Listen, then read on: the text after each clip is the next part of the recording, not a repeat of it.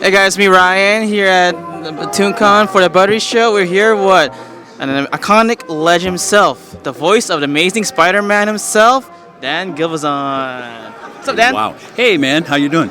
Doing good. So Yeah. how are you enjoying this con so far? It's great. Yeah, I'm having a good time. Are you? I am, of course. I'm having awesome, always a great time. Yeah. These conventions are great. It's really nice to get to meet the fans and, answer questions and just, stay connected with the people. We never had that before, Yes, and of course, finally I get to meet you because I did watch your show. My dad introduced me to your show, so I'm glad to finally meet you. Oh, good. I'm glad. Yes. So my first question is, what was the audition process for voicing Peter Parker in Amazing Spider-Man? And his friends. Let's not forget his friends. It was interesting because it was my first job in animation. I had never done anything before, and they had an initial audition, and they have pictures of the characters, and they have little lines that you would read. And then they have what they call a callback. If they're interested in you, they bring you back. And I went to the callback, and Wally Burr, who was our voice director, came out of the recording area and said, "Well, it must be nice to know you already have a part." And I went, "I'm sorry, I'm not aware of this." He said, "Yeah, they want you for Bumblebee, but they think they might also want to use you for Spike too. So they want to hear you do Spike." Now, ultimately, they decided that Bumblebee and Spike had so much to do together that it wouldn't make any sense to have me talking to myself constantly. So the great Corey Burton was cast as Spike. But that really threw me because you never really go to an audition and it's like, oh, you have the job already. I was like, wow, it was pretty amazing. And it was only my second job. My first job was Spider-Man and His Amazing Friends. I just told you the Transformers story.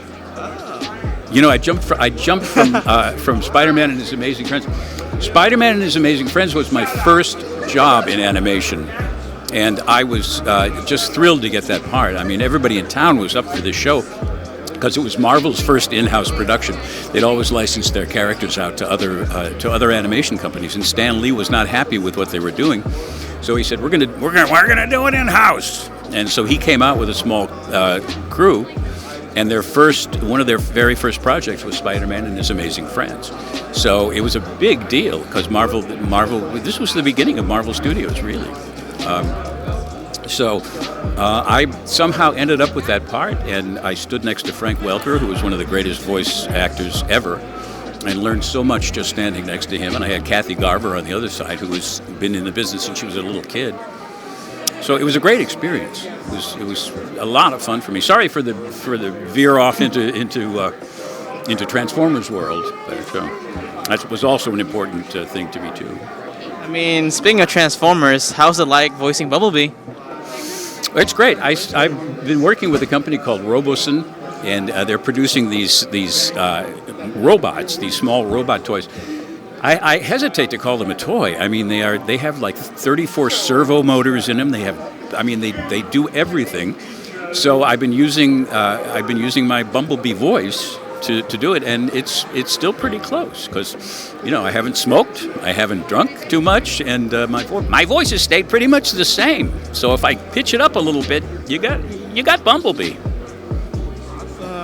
Now, my last question is, I guess you don't know, he was also the voice of Bugman for your TMNT fans. How's it like voicing Bugman? Bugman was weird. The only reason I brought these pictures was people asked me about this. I did 2 turtle shows as Bugman, and people have asked me about it. I don't know. It was just an odd thing for me to do.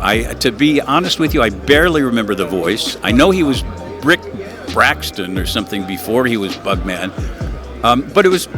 We all guested on all these different shows back in the day, so it was just a guest spot for me to come in and do. But people remember Bugman, and I'm glad you do too. Touch it. So I do have a final question. Actually, it's more like an advice. As Peter Parker, what advice would you give to kids around the world that want to be a voice actor, or want to just be a hero, like a firefighter or a doctor, anyone who wants to save lives? Well, I think the most important thing I can say is you need to follow your heart. If your heart says, I want to be a potter, I want to make pottery, make pottery. If your heart says, I want to stand up for people and be a lawyer, be a lawyer. That's the most important thing, I think, is to follow your heart. I did. Fortunately, it worked out for me okay. I always wanted to be an actor since I was a little kid. I would do shows in the garage and, charge kids 5 cents to come in and see the show. So that would be my biggest piece of advice is do what turns you on, what makes you live. Because if you're going to be doing it for the rest of your life, it's something that you want to do, right? All right. Thank you, Dan. Thanks so much. My pleasure, Ryan. Nice to see you. All right. Thank you so much. And this is Ryan from Toon Con, seeing out. See you guys.